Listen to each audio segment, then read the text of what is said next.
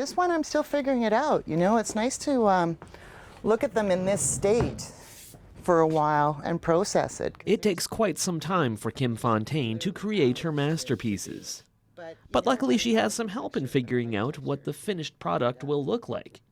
As she says, the pieces of furniture speak to her in a way. I wanted to tie the two pieces together, but you know, this is from the 60s, that's from the 20s, 30s, and you know, this one just said, I want to be my own person. One of the reasons the pieces might know what they're supposed to end up looking like is they've already lived a full life.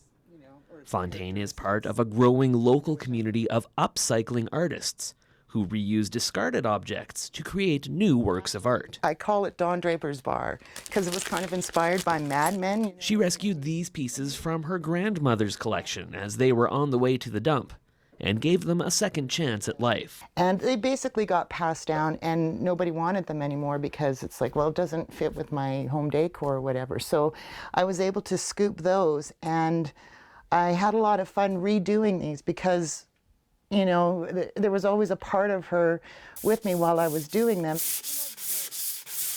It's a labor of love restoring the items and then decorating them. But the majority of time is spent doing prep work. This is where the hard work comes in, and I have to tell you, I'm getting a lot stronger now. Fontaine will often make several repairs to the items, but will also leave some imperfections as they help tell a piece's story. I'm not going to change that because to me that gives it character. That's, you know, original. You just can't buy this kind of quality new a lot of times because wood is expensive and it's, you know, it's becoming more depleted and harder to get, and so it's really nice to work on an old piece, you know, especially one that's solid wood and got nice bones to it. So this one is called Wow. Wow.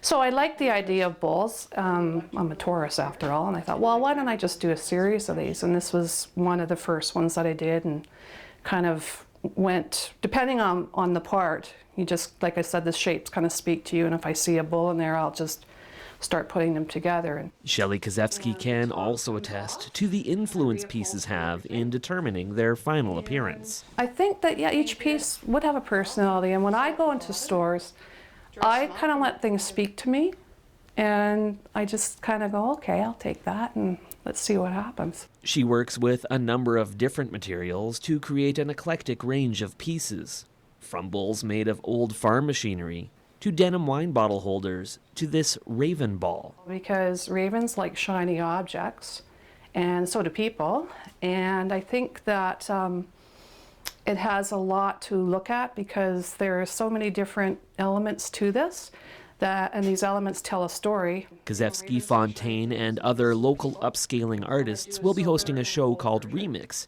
to display and sell their work this weekend at the refinery, from noon until 8 on the 14th and noon to 5 on the 15th. I felt that, you know, we need to have a venue that we can showcase this in and really, you know, get it out so that there's like public awareness that, you know, this is an option. I think that people are realizing that, you know, why not reuse things? Why do we need to keep going out and buy materials to make objects? Like, why don't we, you know, restore our imagination and look at things differently? For Go Saskatoon, I'm Simon Hyatt.